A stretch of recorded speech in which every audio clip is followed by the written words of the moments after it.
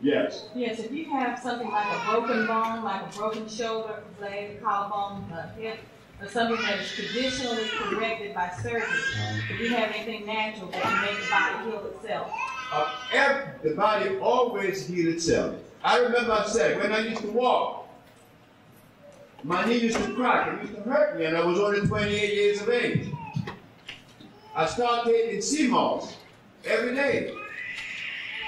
And now, I do things with my knees that is very incredible. I fall on them.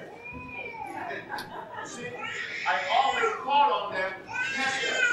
I fall on concrete on my knees. I don't feel any pain. But once ago, I used to walk and feel pain.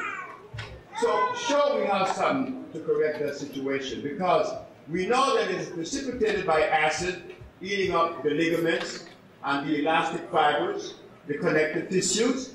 So you build them back. The body grows back.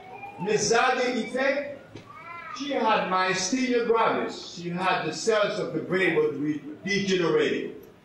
But prior to her coming to me, they had cut her thymus gland out. When she took the treatment, the thymus gland grew back. This is history.